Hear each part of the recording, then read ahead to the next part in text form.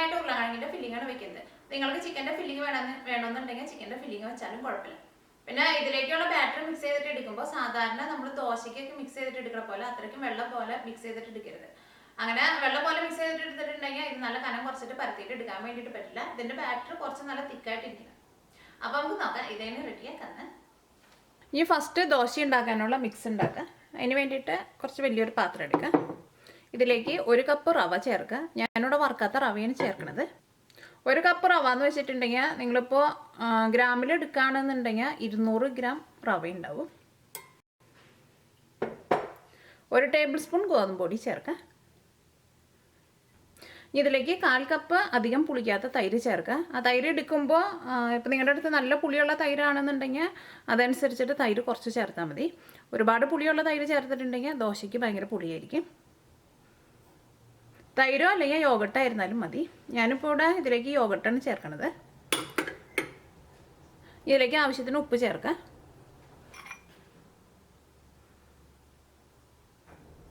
ഇത് മിക്സ് ചെയ്തിട്ട് എടുക്കാൻ വേണ്ടിയിട്ട് ഇതിലേക്ക് വെള്ളം ചേർക്കുക.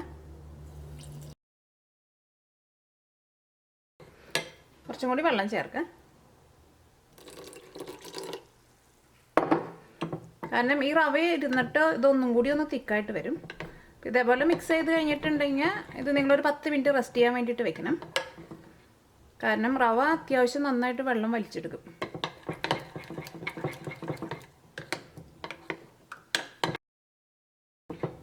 അപ്പോൾ ബാറ്റർ റെഡി ആയിട്ടുണ്ട്. ഈ ബാറ്റർ ഒരു 10 മിനിറ്റ് റെസ്റ്റ് ചെയ്യാൻ വേണ്ടിയിട്ട് വെക്കണം. അപ്പോൾ ആ സമയം കൊണ്ട് നമുക്ക് ഇതിലേക്കുള്ള മസാല ഉണ്ടാക്കാം. ഈ ദോശയുടെ ഉള്ളിൽ ഫില്ലിംഗ് ആയിട്ട് ഉരുളക്കിഴങ്ങ് കൊണ്ടുള്ള മസാലയാണ് വെക്കുന്നത്. അപ്പോൾ മസാല ഉണ്ടാക്കാൻ വേണ്ട സാധനങ്ങൾ എന്തൊക്കെയാണെന്ന് നോക്കാം. അതിന് വേണ്ടിയിട്ട് ഇതേപോലത്തെ 3 മീഡിയം ഉരുളക്കിഴങ്ങ് എടുത്തിട്ടുണ്ട്. ഈ ഉരുളക്കിഴങ്ങ് ഞാനിവിടെ പുഴുങ്ങിയെടുത്തിട്ടുണ്ട്. ഇത് തൊണ്ട് കളഞ്ഞിട്ട് ഈ ഉരുളക്കിഴങ്ങ് നന്നായിട്ടൊന്ന് ഉടച്ചിട്ടെടുക്കണം. പിന്നെ സവോള വേണം. ഞാനിവിടെ ഒരു ചെറിയൊരു സവോള നല്ല പൊടിയായിട്ട് കട്ട് ചെയ്തെടുത്തിട്ടുണ്ട്.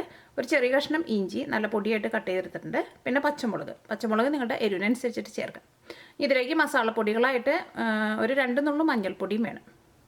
പിന്നെ ചെറിയ ജീരകവും വേണം, കടുകും വേണം, മല്ലിയിലയും വേണം. ദോശയുടെ ഉള്ളിലേക്ക് ഈ ഉരുളക്കിഴങ്ങിൻ്റെ ഫില്ലിങ് വെക്കുന്ന സമയത്ത് ഞാൻ ആ ഫില്ലിങ്ങിൻ്റെ കൂടെ കുറച്ച് മയോനൈസും ചേർക്കുന്നുണ്ട്, കുറച്ച് കെച്ചപ്പും ചേർക്കുന്നുണ്ട്. അപ്പോൾ ഇത് രണ്ടും നിങ്ങൾക്ക് വേണമെന്നുണ്ടെങ്കിൽ മാത്രം ചേർത്താൽ മതി. ഇത് നീക്കി വയ്ക്കാം. ഇത് മസാലയാക്കുക.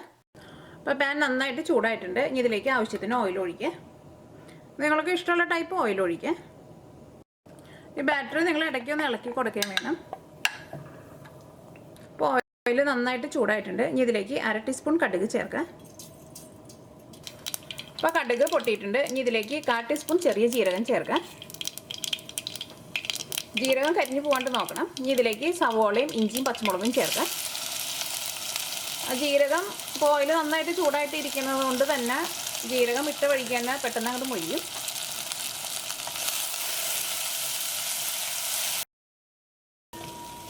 ഇപ്പോൾ സവോളയ്ക്ക് നന്നായിട്ട് വഴന്നിട്ടുണ്ട്. സവോളയ്ക്ക് നല്ല സോഫ്റ്റായിട്ട് വന്നിട്ടുണ്ട്. ഇനി ഇതിലേക്ക് മഞ്ഞൾപ്പൊടി ചേർക്കാം.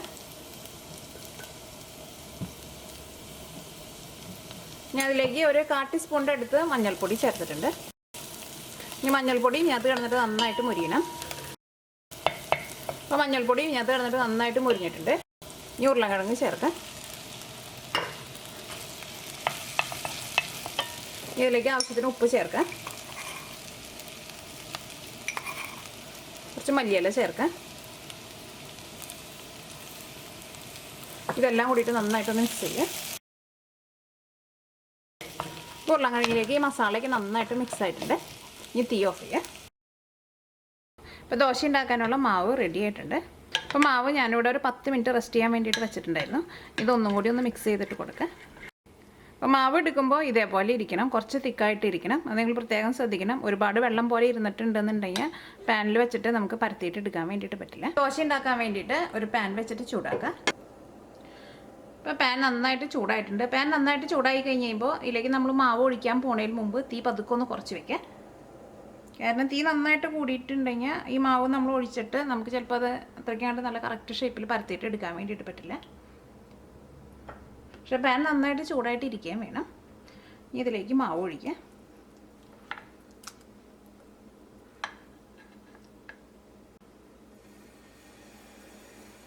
മാവ് ഒഴിക്കുമ്പോൾ ഇതേപോലെ ഇങ്ങനെ ഇരിക്കണം, ഇങ്ങനെ പരന്നു പോകരുത്.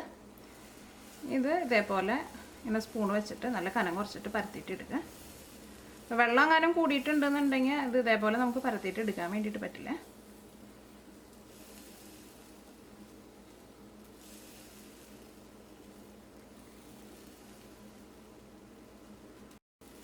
ദോശയുടെ മാവൊക്കെ പരത്തിയിട്ട് എടുക്കണ പോലെ അത്രയ്ക്ക് അങ്ങോട്ട് സ്മൂത്തായിട്ട് അങ്ങോട്ട് പരത്താൻ വേണ്ടിയിട്ട് പറ്റില്ല. ഇതേപോലെ ഇങ്ങനെ സ്പൂൺ വെച്ചിട്ട് ഇങ്ങനെ ഓരോ സൈഡിൽ കൂടെ ഇങ്ങനെ പരത്തി കൊടുക്കുക.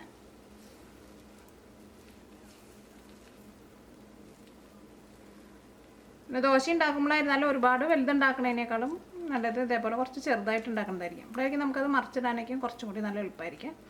കാരണം ഇത് കുറച്ച് സോഫ്റ്റായിട്ടിരിക്കും. അപ്പോൾ ഇത് മറിച്ചിടുമ്പോൾ ഒരുപാട് വലുതൊക്കെ ആണെന്നുണ്ടെങ്കിൽ കുറച്ച് പാടായിരിക്കും. ഇതിൻ്റെ മുകളിലേക്ക് കുറച്ച് ഓയിലൊന്ന് ഒഴിച്ചു കൊടുക്കാം.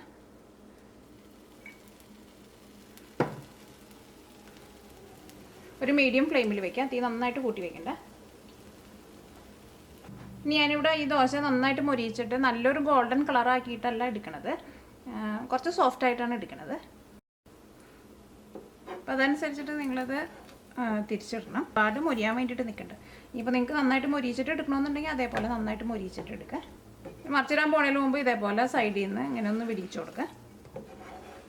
ഇനി ഇത് തിരിച്ചിടാം.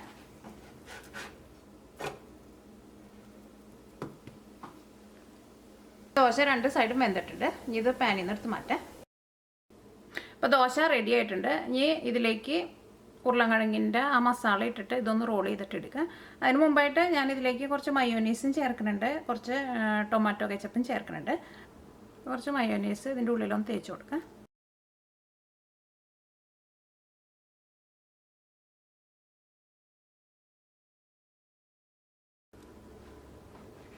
ഇനി ഇത് റോൾ ചെയ്തിട്ടെടുക്കുക.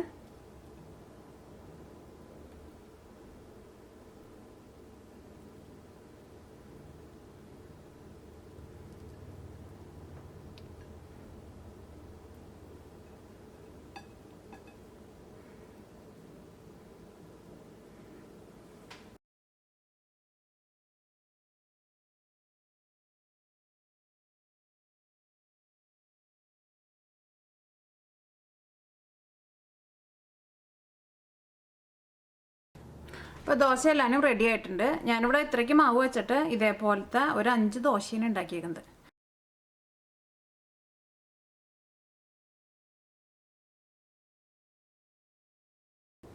ഇതേപോലെ ഇങ്ങനെ കട്ട് ചെയ്തെടുത്ത് കഴിഞ്ഞിട്ട് നിങ്ങൾക്ക് വേണമെന്നുണ്ടെങ്കിൽ ഇതിൻ്റെ ഉള്ളിലേക്ക് ഇതേപോലെ ഒരു ഡ്രോപ്പ് കെച്ചപ്പ് ഇങ്ങനെ സെൻറ്ററിലായിട്ടൊന്ന് ഒഴിച്ചു കൊടുക്കുക. അപ്പോൾ അത് കാണാൻ വേണ്ടിയിട്ട് കുറച്ചും കൂടി നല്ല ഭംഗിയുണ്ടാവും.